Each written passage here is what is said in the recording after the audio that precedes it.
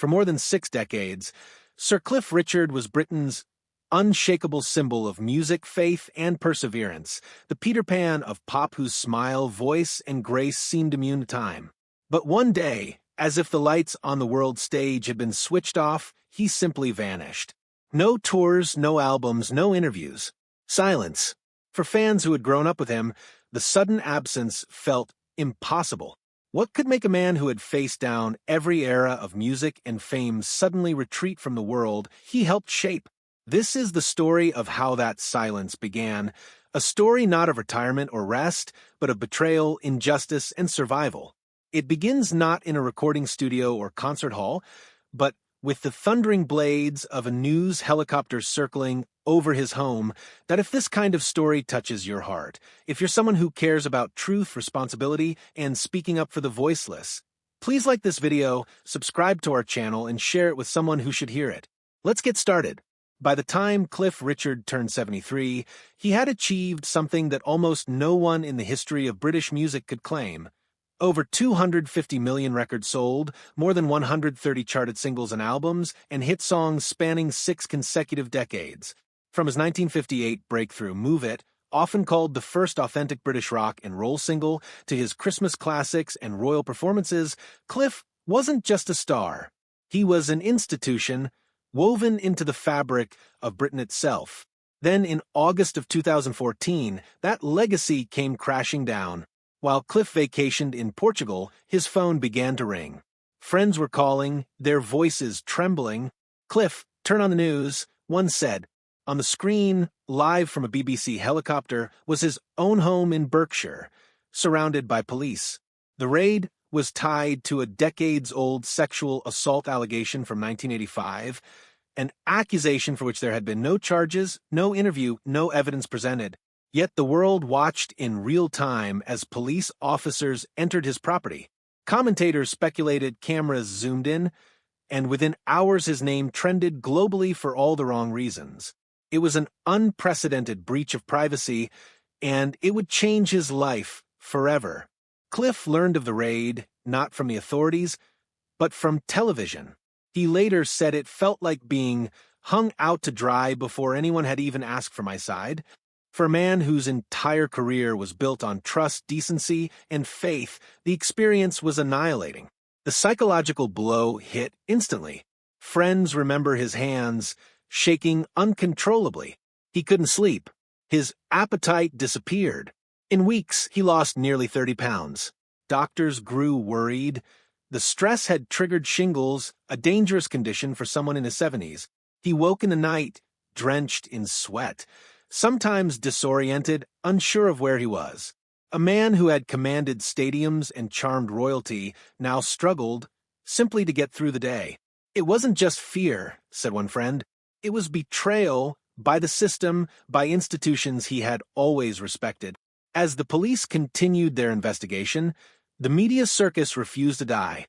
For almost 2 years, Cliff lived under a cloud of suspicion, though he had never been arrested, never charged, and never shown evidence of wrongdoing. The entertainer who once thrived in the spotlight was now its prisoner. He hid away between homes in Portugal and Barbados, afraid of the cameras that once adored him. His voice, that unmistakable tone that had defined generations, fell silent. Behind closed doors, Cliff fought not only for his health, but also for his livelihood. The financial toll of the ordeal was staggering. Legal representation alone exceeded £3 million. He was forced to cancel a new album, postpone his autobiography, and call off a major tour. Losses estimated between £4 and £5 million. Sponsors withdrew, bookings dried up, and streaming figures fell as tabloids recycled the same speculative headlines. Even his Berkshire apartment, once a symbol of his success, became tainted. Its association with the raid rendered it unsellable. When he finally managed to offload it, the property sold for nearly £1 million less than its market value. For someone who had spent a lifetime earning an honest living, these financial wounds were as personal as the emotional ones. People assume someone like Cliff has endless money, said a music executive close to him. But legal wars drain you Not just your savings, but your spirit. And through it all, he refused to break publicly. He didn't give interviews. He didn't retaliate. He simply disappeared. After nearly 2 years, the Crown Prosecution Service announced in June 2016 that Cliff Richard would face no charges. The evidence, they said, was insufficient. For many, this would have been a moment of triumph, a vindication after years of torment. But for Cliff, the damage had already been done. In the eyes of the public, whispers are louder than verdicts. The BBC had broadcast his humiliation to millions, and no official statement could erase that image. Cliff knew that for some, he would forever be the man whose house was raided, not the man who brought joy to generations. He decided he wouldn't let that be the final word. Cliff sued both the BBC and the South Yorkshire Police, arguing that his right to privacy had been violated in the most sensational way possible. The legal battle stretched another 2 years, forcing him to relive every agonizing detail: depositions, testimony, cross-examinations, while tabloids waited to pounce on each new development. Finally, in July 2018, the High Court ruled in his favor. The BBC's coverage was deemed unlawful and sensationalist. Cliff won £2 million in damages, a symbolic victory that restored a measure of dignity, but at an enormous emotional cost. Even winning, one associate said, didn't feel like winning. It felt like crawling out of a battlefield. He had been cleared, but he was not free. For years had passed since that helicopter first appeared over his home. For years of silence, fear, and loss. When Cliff Richard finally stepped back into public life, he was not the same man who had left it. The sparkle was still there, but behind it was steel, a resolve forged in pain. His comeback was not explosive or heavily promoted. It was careful, deliberate, and deeply personal. He no longer toured endlessly. He chose smaller, more intimate venues. He controlled his interviews, ensuring his story was told accurately and respectfully. Fame had once been a game of access. Now, it was a matter of survival. He was more selective, more protective, said a promoter who worked with him after the case. He'd rather sing to 1,000 who understood than 1,000,000 who only wanted gossip. Cliff's priorities had changed, too. Instead of chasing hits, he focused on legacy, preserving his music, his message, and his story. He began remastering his catalog, curating anthologies that celebrated not just the songs, but the decades of history they represented.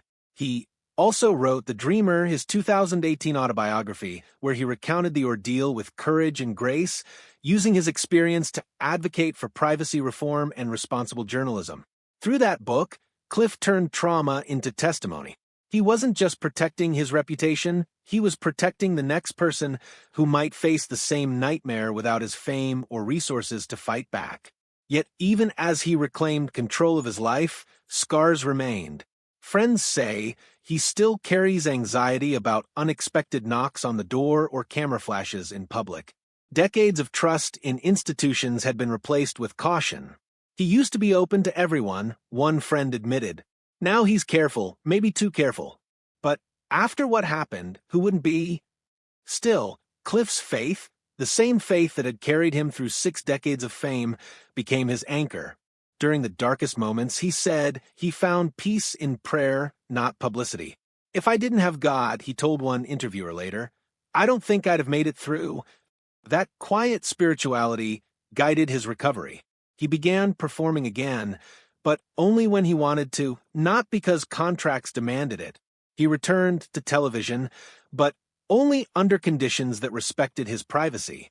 The man who once seemed tireless had learned the value of rest. His new rhythm wasn't a retreat. It was survival with dignity. Perhaps the most profound change was how Cliff began thinking about legacy. For years, he had simply lived in the present, recording, touring, smiling, performing. But the ordeal had forced him to confront an unsettling question. What would be remembered when he was gone?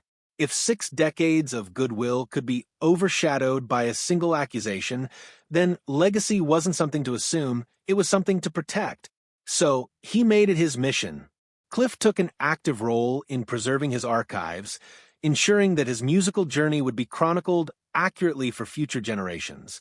He poured time into his charitable foundations, the Cliff Richard Tennis Foundation, and several Christian organizations, emphasizing that his identity was built on more than just fame. He began choosing quality over quantity.